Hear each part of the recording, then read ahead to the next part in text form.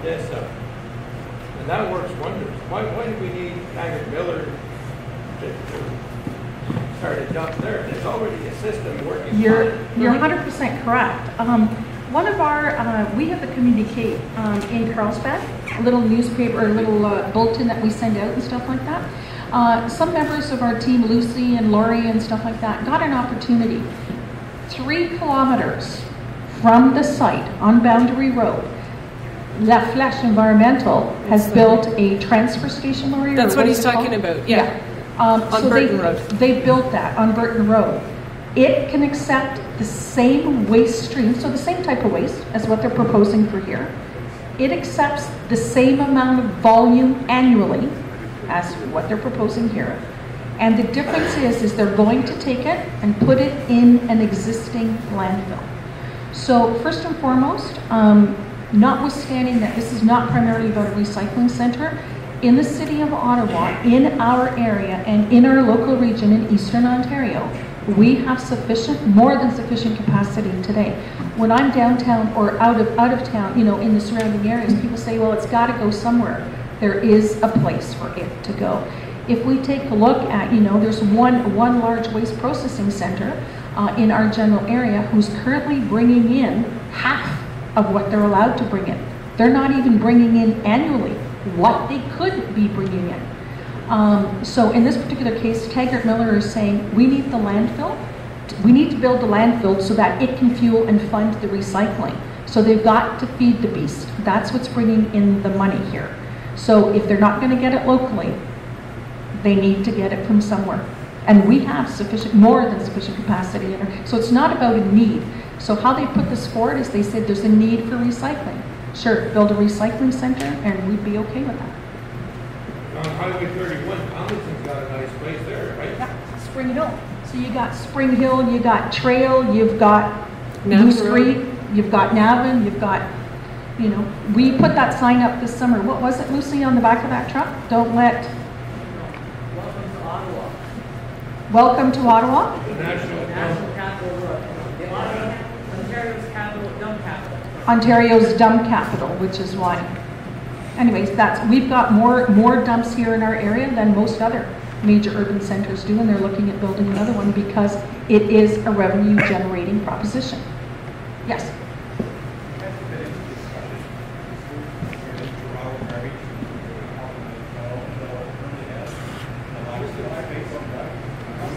Yeah, do you want to come and use the microphone now? So the question was, has there been any discussion about Toronto waste? Toronto waste. Why don't you put the garbage into a transfer station? Sure. Anywhere in the province. So this particular, just the catchment area, they're saying primarily the capital region, which is our region here, but it's going to go down to Eastern Ontario, which is Belleville, okay? They have this concept of transfer stations where they big in these big trucks and stuff like that. Once it's in one territory, it's safe. So it's within that territory. So for example, there's nothing that says that they couldn't put the waste in Toronto into these large double trucks and stuff like that, bring it into the transfer station in Belleville, and then it's in the eastern region. Now the other thing that you've got to look at is when we started doing some studies and analysis, and when certificates are given, for these landfills and stuff like that, if I take a look at CARP as a primary example, the City of Ottawa attempted to get it constrained so that it could only take in waste from our general area. And of course, it's not in the province's best interest to do that, so it was a provincial certificate that they were granted to bring in garbage from anywhere in the province, because that's really what they need to do, right? They're not going to constrain it to a particular area, especially when that area already has sufficient capacity. Well, if one takes a look, I don't have the numbers in front of me, we ran the numbers at one point in time, but I think if this facility, God forbid, was ever approved, we'd have something like the ability to take in 2 million tons annually within the Ottawa area, within the general Ottawa area and stuff. I think it's 450. Oh, you mean the total? Total. Yeah. The total approved capacity would be something like 2 million, and Ottawa generates less than 1 million tons a year. So the approved capacity obviously would be way higher than what the region needs. Yeah. Sorry. Yeah, I was looking for the map. I'll flip through there. The map that just shows the area of the province that they designate for for receiving waste. And it goes all the way down to Belleville right now. And like Sue was pointing out, that's not carved in stone. It doesn't mean they can't take waste from beyond that. That's just their sort of assumed catchment area. The other thing I wanted to point out, and I want to hear from you guys as well, what your thoughts are, suggestions and questions, both. But I'm sure a lot of people in this room remember Site 10, right? I remember it because my mom was involved, and a lot of you here would have been involved. Site 10 was a name for this exact same piece of land in the mid-'80s when the regional municipality proposed a landfill, a very large landfill, similar project. And that process went on for about 6 years, and as we know, there's no dump there today. Ultimately, it did not happen. So when this project came up, one of the first questions, well, for goodness sake, why are we back here again? This has already been handled. Like, we've gone down this road already. So we've gone and dug out all of the old reports, as many as we could find. I think I'm aware of one that we still don't have all of the documents for. If anybody in this room has the Geocon report, the large binder, we've had access to a small binder, but apparently there's a large supporting document. Anybody's got that in your garage, in your cousin's garage, any place? I would love to have that. Other than that, I think we've tracked down everything. And sure enough, as most people recall, one of the main reasons why that project didn't go through was the water table's right at the top, the soil's very, very squishy, it's very difficult to put anything larger than a single-story house on there, never mind expecting it to support and contain the garbage that would be in an enormous landfill. Those are just facts. Those are the limitations of the property, and engineers crawled all over that and did all kinds of tests, and that's what the reports basically ended up showing, which was, I think, a little bit of a pill for the regional municipality to swallow after 6 years of trying to get something to happen there. But nonetheless, the project was dropped. And the studies that are being done now, well, guess what? The soil didn't change. It's basically the same kinds of reports, the same kind of data. They're proposing different engineering to try and accommodate for that. But, you know, this is why we've got experts looking at it as well to say, well, if there were all these problems before and they were such significant problems that we couldn't really go ahead, so do the solutions proposed now, do they really do the trick? And I'm not an engineer, but I do have questions. They talk about the fact that if they put the landfill there, it would sink 8 meters-ish, right? Guessing, in the middle. Well, that's an awful lot, and it's not sinking into a hole, right? So is that moving material to the side? Is it just moving water out of the way? Like, what does that look like? And what does that do if they've got pipes under there to catch all the fluid that comes out the bottom of your dump? What happens to those pipes if things start to move like that? And what about a liner? Well, the thing there is no liner. That's a fun little fact buried in here. They've proposed to line around the edge of the pile of garbage, but not the bottom. Not the bottom. The theory being, well, there's some clay there, and so hopefully the stuff will just stay put because there's clay there. Yeah, well, that's, you know, if we could all construct swimming pools that easily, that'd be just a bonanza, but I'm not sure it works. I'm just saying, I'm not sure. And so our engineers are looking at these things. Those are the kinds of questions that come to mind once you start to look at this thing. And I would encourage you, even if you only get through a couple of chapters, take a look and get a sense of your own thoughts about it. I mean, I appreciate you guys are all here to hear what we've come up with, but there's plenty more that needs to be looked at, and there's a lot of questions that should be asked. This is the time to bring those all to the ministry. In the reports, Taggart-Miller got a bunch of Who, yeah, well, but everybody else may not know. He's from Russell, and you are an engineering geologist retired, is this correct? Yes. Yeah, retired. Emphasis on the word retired. Retired. En retard. En retard. I'm late, yeah. So basically, Golder found the same things that were found before. So they do have several boreholes. They have lots of tests that they've done. Taggart spent a lot of money doing all the testing, and essentially, as Laurie said, the results they found are the same as were found before with Site 10. The question is whether the mitigative measures that they're proposing to build this so that it doesn't squeeze out, if you will, that the clay doesn't squeeze out under the 25-meter high garbage. They're going to put a berm around the edge to try to hold it down. So they've got some plans to do that, and they're going to dig down 4 meters because they're going to put this a perimeter liner around, and whether they'll be able to hold up to be able to excavate in it down 4 meters is another question. So there's lots of issues that they're going to have. They think they know how to do it, and so that's all that MOE would be to have an engineer to put a stamp on the design and say, we're going to guarantee that it's done. Which? That process been done someplace else? No. No. So nobody knows if another guinea pig. That's right.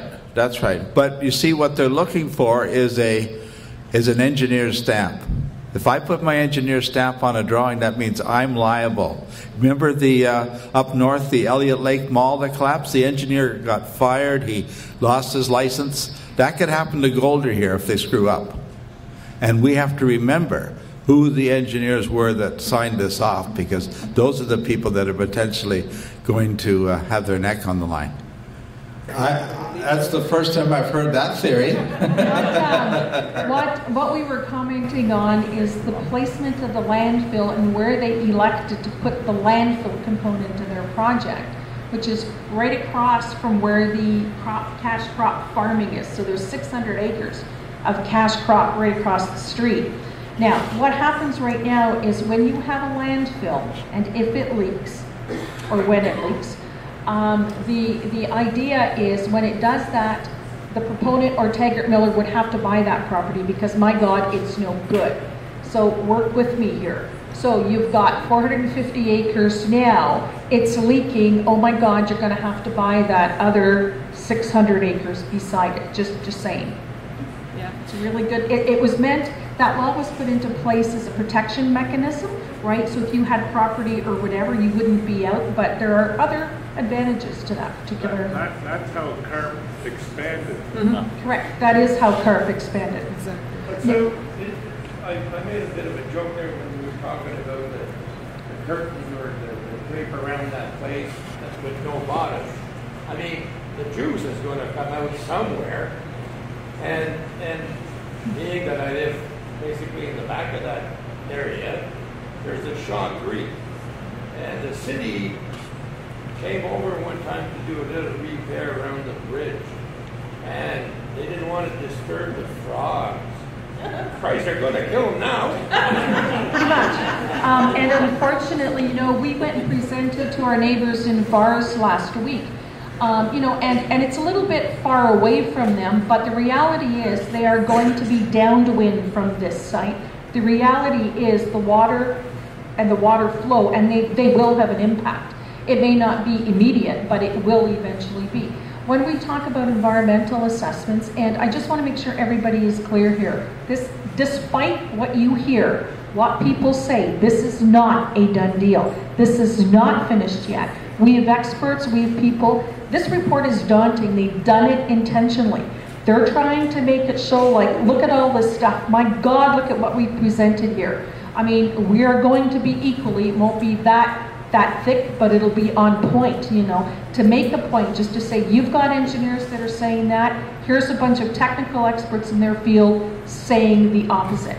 So and our intent is we really want to point out the risks to the Ministry of the Environment, because the whole thing is about mitigating risk here, right? So at least if it surfaces, it has to be addressed, they have to be known, as opposed to only presenting data that's in your benefit, but maybe leaving these 2 items out. Our job is to expose all of it so a real decision can be made. So not quantity, quality. That's it. You got it. Okay, Lucy's got the letters. Okay, there's some in English and some in French. But the point is, every one of those letters, they have different reasons listed in them, but they sign off the same way, asking the minister to reject this report. That's what he had. That's what what we're asking. Please reject this report. It's wrong because of da da da da da. So if you are communicating with the minister, you don't have to use our letters. You can, use whatever you want, but do include that piece of information. That's what we're asking. Reject the report. And Oh shoot, I was going to say something. Oh yeah, so that's what one of the things we've done to try and make your response easier, and you can do whatever you like. And someone else came up with other ideas last week around some postcards, stuff like that. And I'd like to hear if you guys have ideas, like what else should we do? How do we get our point across? Oh golly, Candace has ideas. In February, March of 2013, I wrote the commissioner of the French Language Services Act complaining about consultation. For the terms of reference, that goes way back. We only had 8 pages to comment on. There was a whole ad put in the news for those in Prescott-Russell, asking us francophones to comment on the terms of reference. We only had 8 pages, but there was volumes in English of technical information. Now, Justine Sanson at the time with the Commissioner's office was the one handling the file. When I confronted Hubert Bourque, the project manager, about this, saying, you had promised the minister when he approved the terms of reference, you would translate the documentation. It never occurred, never happened. And what he said at the time when I put him on the spot with this issue, that, well, the other documents are all technical. What this told me is, as a francophone, I'm stupid, not intelligent enough to know what's in technical documents, when I told him what's in the technical documents is what I want to comment on. So today I went back to the commissioner. Now, I should have brought the name of the person that I corresponded with, reactivating the file, saying, here we go again. Ottawa Prescott-Russell is designated under the French Language Services Act as francophone. Not to say it's not anglophone, there's 10% of the population that is francophone. Prescott-Russell is probably 65%. Francophones are not stupid. They're just as intelligent, and they can actually read technical documentation. Now, there's volumes and volumes and volumes in English of technical information. Now, Taggart-Miller, when they go to the Ministry of the Environment, they say, we have consulted. There's a 1-page letter inviting me to comment in French. Will I comment in French on an English document? No, sir. Don't insult me. I have the rights. I can speak both languages perfectly. I'm not a separatist. But if you're going to invite me to comment in French, it's the whole environmental assessment, not just one volume.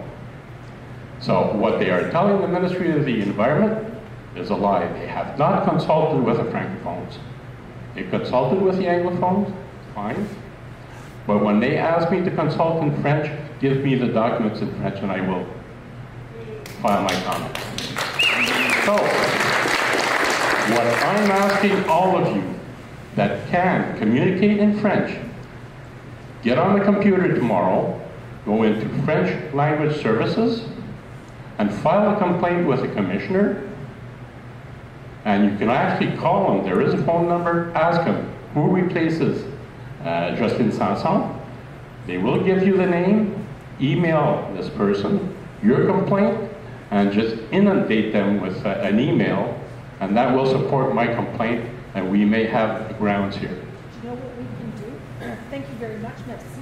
You know what we could do, Roger? If you give us the information, we'll post it on our website to make it easy for you guys.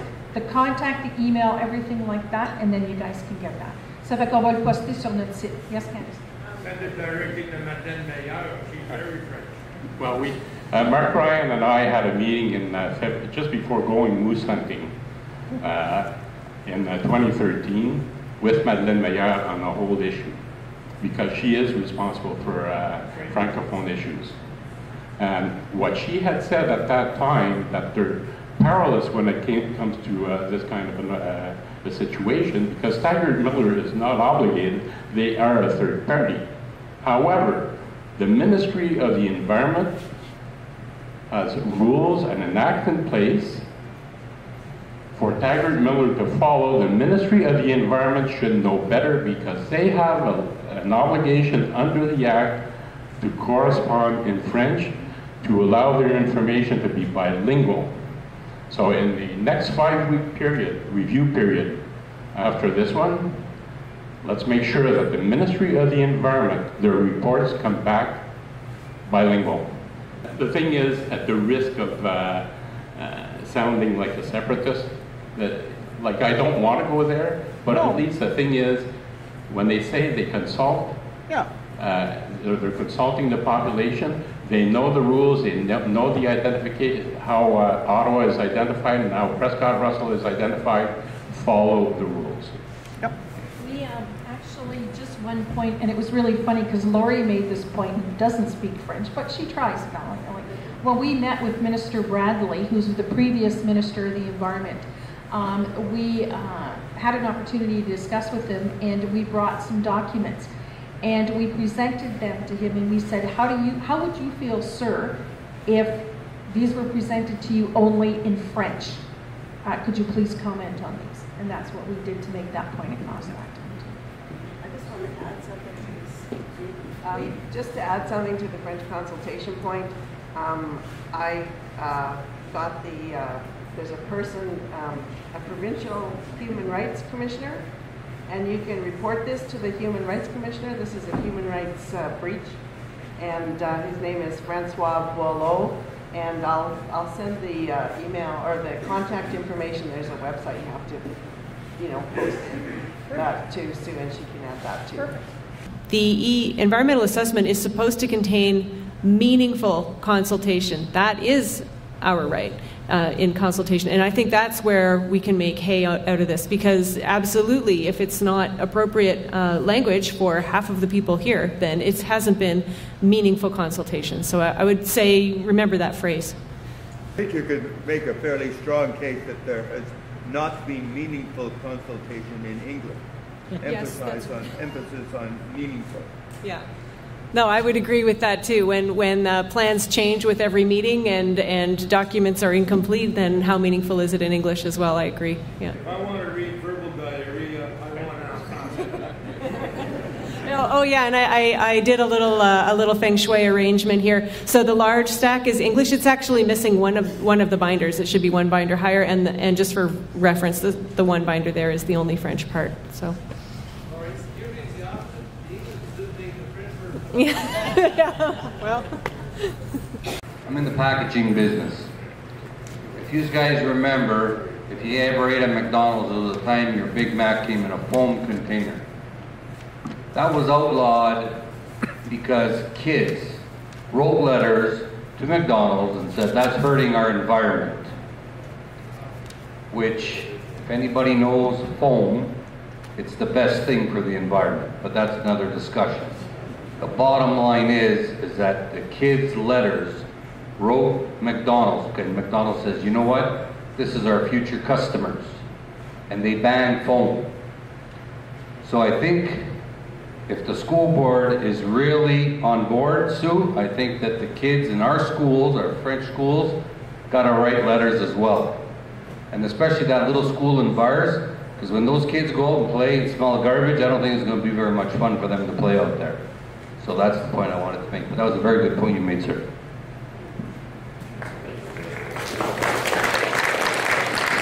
Jill, meet Jerry, Jerry, meet Jill. See, we're just making friends all over the place.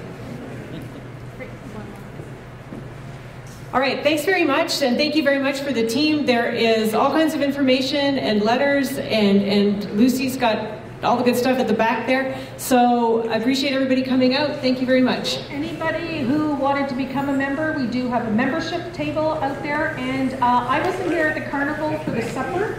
Thank you to everybody who came out. It was a great success. And again, we got some funds to help us do some of this, so thank you all.